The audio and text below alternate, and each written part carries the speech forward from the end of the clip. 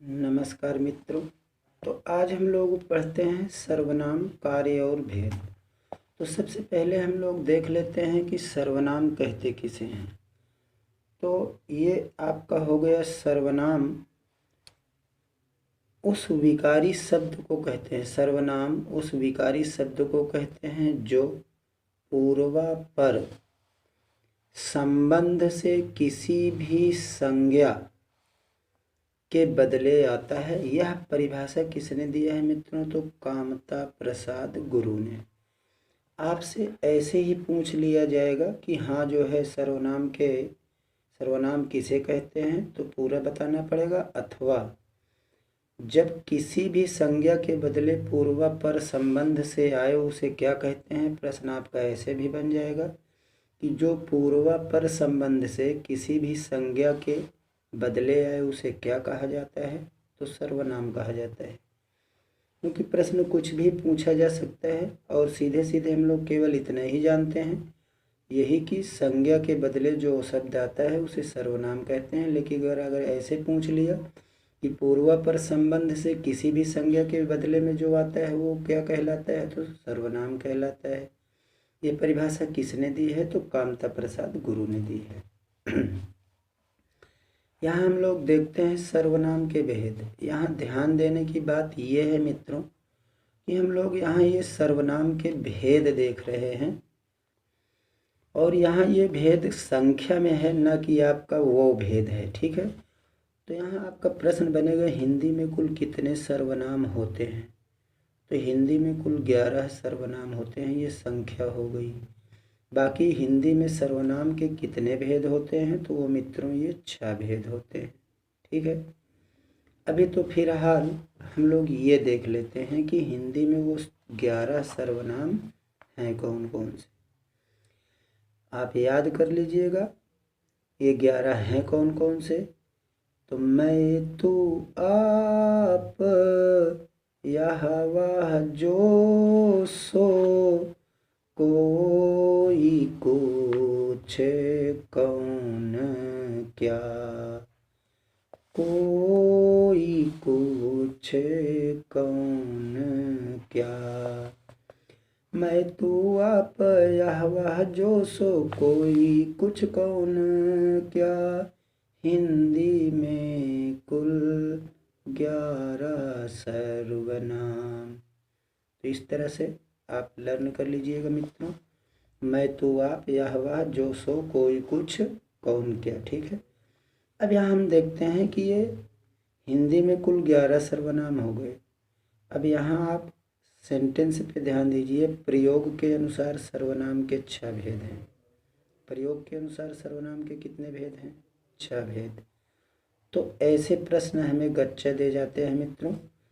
तो ये आप देख लीजिए, पुरुषवाचक, निजवाचक, निश्चयवाचक, अनिश्चयवाचक, संबंधवाचक, प्रश्नवाचक। हम लोग इसी को थोड़ा सा क्रम इसका गड़बड़ है मित्रों हमारे हिसाब से, लेकिन क्रम इन्होंने सही लिखा है। मीन्स मेरे हिसाब का मतलब ये है जैसा हमने याद किया था कि पुरुषवाचक, निश्चयवाचक, अनिश्चयवाचक, प्रश्नवाचक, निजवाचक, संबंधवाचक, हमने ऐसे याद किया था मित्रों। और इसमें कोई दिक्कत नहीं है, चाहे आप जिस क्रम से याद करें। तो हम लोग इसमें पहला देखते हैं पुरुषवाचक सर्वनाम। तो पुरुषवाचक सर्वनाम पुरुष या मतलब स्त्री या पुरुष के नाम के बदले आते हैं। उत्तम पुरुष में लेखक या वक्ता आता है। मध्यम पुरुष में पाठक या श्रोता आता है। इस पर से भी आपका प्रश्न पूछ लिया जाएगा बनाकर मित्रों कि ऐसे प्रश्न आपसे पूछ लिया जाएगा कि उत्तम पुरुष में कौन आता है? तो लेखक या वक्ता। फिर मध्यम पुरुष में कौन आता है? तो पाठक या श्रोता। अन्य पुरुष में कौन आता है? तो लेखक और श्रोता को छोड़कर अन्य सभी लोग आते हैं। पुरुषवाचक सर्वनाम के कितने भेद होते हैं? तो 3 भेद होते हैं। उत्तम पुरुष मैं या हम, और फिर मध्यम पुरुष में तू, तुम, आप। अन्य पुरुष में वह, वे, यह, ये।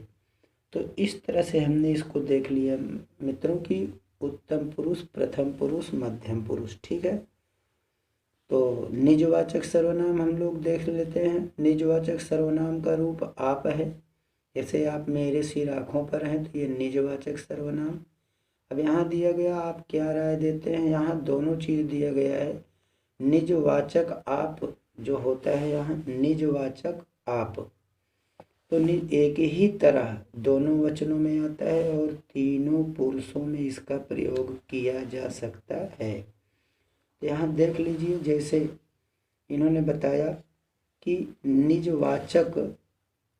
निजवाचक आप का प्रयोग किसी संज्ञा या सर्वनाम के अवधारण निश्चय के लिए होता है। जैसे इन्होंने ये बताया कि मैं आप वहीं से आया हूँ, मैं आप वही कार्य कर रहा हूँ। खा में है निजवाचक आपका प्रयोग दूसरे व्यक्ति के निराकरण के लिए भी होता है। जैसे उन्होंने मुझे रहने को कहा और आप चलते बने। वह औरों को नहीं, अपने को सुधार रहा है। तो अवधारण के अर्थ में आप देख लीजिए, ही जोड़ा जाता है, उसके साथ मैं आप ही चला आता था, यह काम आप ही हो गया, तो यह काम आप ही कर लूँगा। इस तरह से अब हम देखते हैं निश्चयवाचक। जिस सर्वनाम से वक्ता के पास या दूर की किसी वस्तु के निश्चय का बोध होता है, उसे निश्चयवाचक सर्वनाम कहते हैं। जैसे यह वह। पास की वस्तु के लिए यह, तो जैसे यह कोई नया काम नहीं है, और दूर की वस्तु के लिए वह, तो यहाँ पर बताया गया रोटी मत खाओ क्योंकि वह जली है, तो ये दूर की वस्तु के लिए हो गया। अनिश्चयवाचक सर्वनाम, तो अनिश्चयवाचक सर्वनाम में जिस सर्वनाम से किसी निश्चित वस्तु का बोध न हो, उसे अनिश्चयवाचक सर्वनाम कहते हैं। जैसे कोई, कुछ, तो ये आपका अनिश्चयवाचक हो गया। कोई का उदाहरण देख लीजिए, ऐसा ना हो कोई आ जाए और यहाँ कुछ कहे उसने कुछ नहीं खाया। हम ऐसा भी कह सकते हैं, कुछ लोग आ रहे हैं, कोई आ रहा है। यह है संबंधवाचक सर्वनाम। जिस सर्वनाम से वाक्य में किसी दूसरे सर्वनाम से संबंध स्थापित किया जाए, उसे संबंधवाचक सर्वनाम कहते हैं। जैसे जो, सो। उदाहरण में वह कौन है जो पड़ा रो रहा है, वह जो न करे सो थोड़ा। ऐसे वाक्य हमेशा जिसमें ज शब्द का प्रयोग मिश्र वाक्य भी कहलाते हैं मित्रों। तो यहाँ पर आप देख लीजिए, प्रश्नवाचक। प्रश्न करने के लिए जिन सर्वनामों का प्रयोग होता है उन्हें प्रश्नवाचक सर्वनाम कहते हैं। जैसे कौन क्या, तो यहाँ पर उदाहरण दिया गया, कौन आता है, तुम क्या खा रहे हो। तो यहाँ पर इन्होंने बताया कि कौन का प्रयोग चेतन जीव के लिए होता है मित्रों, और क्या का प्रयोग जड़ पदार्थों के लिए होता है। यहाँ प्रश्न आपका बन जाएगी कि कौन का प्रयोग किसके लिए होता है, कौन का प्रयोग किन लोगों के लिए होता है, तो चेतन जीवों के लिए, या क्या का प्रयोग किन के लिए होता है, तो जड़ पदार्थों के लिए। यहाँ मित्रों उन 6 के अतिरिक्त जो हम लोगों ने पढ़ा, यहाँ एक इन्होंने अलग से सर्वनाम दिया है। ये कौन है देख लीजिए, डॉक्टर दीम सित्स। ये कहाँ के हैं, तो ये कहीं और के हैं, रूस वगैरह के हैं। हाँ, ये रूस के हिंदी व्याकरण हैं। तो उसका नाम इन्होंने संयुक्त सर्वनाम दिया है, और उन्हीं के शब्दों में कि संयुक्त सर्वनाम पृथक श्रेणी के सर्वनाम हैं। सर्वनाम के सब भेदों से इनकी भिन्नता इसलिए है क्योंकि उनमें एक शब्द नहीं बल्कि एक से अधिक शब्द होते हैं। संयुक्त सर्वनाम स्वतंत्र रूप से या संज्ञा शब्दों के साथ भी प्रयुक्त होता है। तो इस तरह से इन्होंने बताया। अब उदाहरण भी दिया है, जैसे जो कोई, सब कोई, मतलब दो दो शब्दों को इन्होंने जोड़ कर दिया है और इनको नाम दिया है इन्होंने संयुक्त सर्वनाम। ये आपको दिख रहा होगा, आप इसको अच्छे से देख लीजिएगा। कुछ एग्जाम्पल्स, हर कोई, और कोई। यहाँ पर आप देख लीजिएगा, थोड़ा सा यहाँ और के ही लिखा है, तो यहाँ कोई कर लीजिएगा। अब यहाँ सर्वनाम के रूपांतर यानी लिंग वचन कारक, यहाँ देख लीजिए। सर्वनाम का रूपांतरण पुरुष, वचन और कारक की दृष्टि से होता है। इनमें लिंग भेद के कारण रूपांतरण नहीं होता। बहुत ही इम्पॉर्टेंट प्रश्न है मित्रों कि निम्नलिखित में, प्रश्न आप ध्यान से सुन लीजिएगा कि निम्नलिखित में किस कारण से सर्वनाम का रूपांतर नहीं होता है। आपको विकल्प में दे दिएगा लिंग, वचन, कारक, लिंग, वचन, कारक, पुरुष। तो यहाँ पर इन्होंने ये बताया है कि लिंग भेद के कारण रूपांतर नहीं होता है। तो ऐसे प्रश्न हमेशा आ जाते हैं। संज्ञाओं के सर्वनाम भी संज्ञाओं की तरह ही सर्वनाम के भी दो वचन होते, एक वचन और बहुवचन। सर्वनाम में केवल 7 कारक होते हैं। प्रश्न बनेगा मित्रों सर्वनाम में कितने कारक होते हैं? तो सर्वनाम में 7 कारक होते हैं।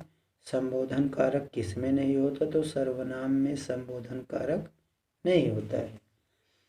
अब यहाँ कारकों की विभक्तियाँ लगाने से सर्वनाम के रूप में विकृति आ जाती है। जैसे मैं का मुझको, मुझसे, मुझसे, मेरा, मुझको, मुझे, मुझसे, मेरा। फिर तुम का है तुम्हें, तुम्हारा, हम का है हमें, हमारा, वह का है उसने, उसको, उससे, उसे, उसमें, उन्होंने, उनको। ये रूप आप देख लीजिएगा मित्रों। यह का हो जाएगा इसने, इसे, इससे, इन्होंने, इनको और इनसे। फिर कौन का है किसने, किसको, किसे। यहाँ बहुत ही इम्पॉर्टेंट चीज़ है, आप इसको इग्नोर मत करिएगा मित्रों। इम्पॉर्टेंट क्या है आपको मैं ये बता रहा हूँ। जैसे आपसे पूछ लेगा कि मैं का बहुवचन क्या होगा, तो मैं का बहुवचन हम, मैंने का बहुवचन क्या होगा, हमने। आमतौर पे ज़्यादातर ये गलत धारणा होती है कि मैं का बहुवचन मैंने और हम का बहुवचन हमने। तो ये गलत धारणा है। मैं, मैंने एक वचन है, हम, हमने बहुवचन। मुझे, मुझको एक वचन, हमें, हमको बहुवचन। मुझसे एक वचन, हमसे बहुवचन। मुझे, मेरे लिए, फिर यहाँ बहुवचन में हमें, हमारे लिए। मुझसे एक वचन अलग होने में, हमसे बहुवचन अलग होने में। मेरा, मेरी, मेरे एक वचन हो गया, हमारा, हमारी, हमारे बहुवचन। मुझ में, मुझ पर एक वचन हो गया, हम में, हम पर। तो ये आपका बहुवचन हो गया। तो आपको इसमें मित्रों बहुत ज़्यादा दिमाग नहीं लगाना है, बस केवल आप ऐसे पढ़ लीजिएगा, एक बार अपने आप आ जाएगा। तो तू, तूने एक वचन हो गया। फिर ये तुम, तुमने, तुम लोगों ने बहुवचन हो गया। ध्यान दीजिएगा कि तू का बहुवचन तुम, तुमने, तुम लोगों ने, या और तू, तूने एक वचन में है। अक्सर ये प्रश्न ऐसे पूछता है कि तू का बहुवचन क्या होगा अथवा निम्नलिखित में से तुम क्या है। अगर हमने तुमने भी लिख दिया तो लोग ज़्यादातर कंफ्यूज हो जाते हैं कि तुमने तो एक ही वचन होगा, लेकिन यहाँ क्या है, बहुवचन है।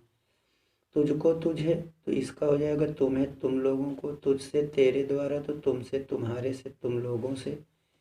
फिर इसके बाद यहाँ पर है जो है मित्रों कि संप्रदान कारक है। तो संप्रदान में है कि तुझको, तुझे, सॉरी, संप्रदान ये है तुझको, तेरे लिए, तुझे। ये एक वचन हो गया यहाँ पर बहुवचन में। तुम्हें, तुम्हारे लिए, तुम लोगों के लिए। ठीक है। अब इसके बाद है अपादान कारक में देख लीजिए। तो तुझसे, तुमसे, तुम लोगों से। तुझसे एक वचन हो गया बहुवचन, तुमसे, तुम लोगों से। संबंध में तेरा, तेरी, तेरे, और इसमें तुम्हारा, तुम्हारी, तुम्हारे, या तुम लोगों का, तुम लोगों की, तुम लोगों के। अधिकरण में हो गया मित्रों ये तुझ में, तुझ पर एक वचन, और तुम में, तुम लोगों पर, तुम लोगों में। ये हो गया आपका बहुवचन। अब लास्ट इसमें हम ये देख लेते हैं वह, उसने, तो बहुवचन हो जाएगा वे, उन्होंने। उसे, उसको का, उन्हें, उनको। उससे, उसके द्वारा का बहुवचन होगा उनसे, उनके द्वारा। उसको, उसे, उसके लिए का बहुवचन उनको, उन्हें, उनके लिए हो गया। उससे का बहुवचन अपादान उनसे हो जाएगा। और उसका, उसकी, उसके का बहुवचन उनका, उनकी, उनके हो जाएगा। उसमें उस पर बहु अन्य पुरुष में यानी वो है बहुवचन क्या होगा, उनमें उन पर, ये अधिकरण कारक हो गया।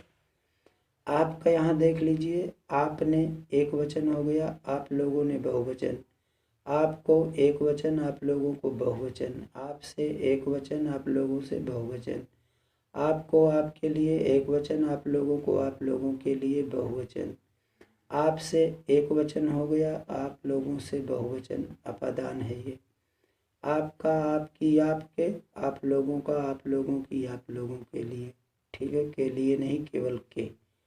आप में, आप पर, तो ये अधिकरण हो गया एक वचन, आप लोगों में, आप लोगों पर, ये हो गया आपका बहुवचन। तो इस तरह से हम लोगों ने देखा मित्रों। ये हम लोग देख लेते हैं सर्वनाम, कोई यानी अनिश्चयवाचक सर्वनाम है। यहाँ देख लीजिए, कोई किसने एक वचन है, इसका बहुवचन किन्हीं ने, किसी को एक वचन, किन्हीं को बहुवचन, किसी से एक वचन, किन्हीं से बहुवचन, किसी को या किसी के लिए तो किन्हीं को अथवा किन्हीं के लिए बहुवचन हो गया। फिर यह है किसी से अलग होने में तो एक वचन हो गया, बहुवचन में किन्हीं से तो बहुवचन हुआ। किसी का, किसी की, किसी के तो एक वचन हो गया। किन्हीं का, किन्हीं की, किन्हीं के तो ये आपका बहुवचन हो गया। फिर यह है किसी से किसी पर एक वचन, किन्हीं में किन्हीं पर बहुवचन। तो एक वचन बहुवचन में सर्वनाम में मिस नहीं होना चाहिए मित्रों। थोड़ा सा हम और यहाँ देखते हैं, ये है आपका सर्वनाम का पद परिचय। तो पद परिचय चूँकि हम लोग थोड़ा सा पढ़ भी चुके हैं, इसमें भी वही बताना रहता है मित्रों। सर्वनाम के पद परिचय में ये सर्वनाम का भेद, पुरुष, लिंग, वचन, कारक और अन्य पदों से उसका संबंध, पद किसे कहते हैं, शब्द किसे कहते हैं, मैंने इसकी चर्चा पिछले वीडियो में किया है। तो अब हम लोग देख लेते हैं ये इस वाक्य में, वह अपना काम करता है। तो यहाँ वह और अपना ये दोनों क्या है, सर्वनाम है। इनका पद परिचय कैसे दिया जा रहा है, तो ये हम लोग देख लेते हैं मित्रों। पद परिचय कैसे बताया जाता है, कैसे लिखा जाता है। वह हम लोगों का ऐसे दे देगा मित्रों, वह अपना काम करता है, और ऐसे वह में आपका अंडरलाइन कर देगा और ये पूछेगा इसका पद परिचय निम्न में से क्या होगा, 4 विकल्प भी आपका दे देगा। तो होगा क्या, वह पुरुषवाचक सर्वनाम है, अन्य पुरुष है, पुल्लिंग है और एक वचन है, कर्ता कारक है, और ये करता है, क्रिया का करता है। यानी ये जो आपका यहाँ करता है, ये इसका क्या है, क्रिया है। किसका, वह का क्रिया क्या है, काम करता है। तो काम करता है का कर्ता क्या हो जाएगा, ध्यान दीजिए मित्रों, यहाँ करता है का मतलब क्रिया है, लेकिन जो मैं पूछ रहा हूँ वो ये वाला करता है, ठीक है। हाँ, नहीं डबल डबल करता है, आप कंफ्यूज हो। अब यहाँ अपना का देख लेते हैं, तो ये निजवाचक सर्वनाम है, और इसके बाद ये अन्य पुरुष है, फिर पुल्लिंग है, एक वचन है, और ये अपना संबंध कारक है, और काम कर रहा है, संज्ञा का विशेषण हो गया, ठीक है। तो यहाँ तक मित्रों आपका सर्वनाम का पद परिचय हो गया। इसके बाद हम लोग जब भी पढ़ेंगे मित्रों, तो हम लोग विशेषण की चर्चा करेंगे। तब के लिए आप सभी लोगों का धन्यवाद कि आप लोग समय देते हैं मित्रों। Thank you class.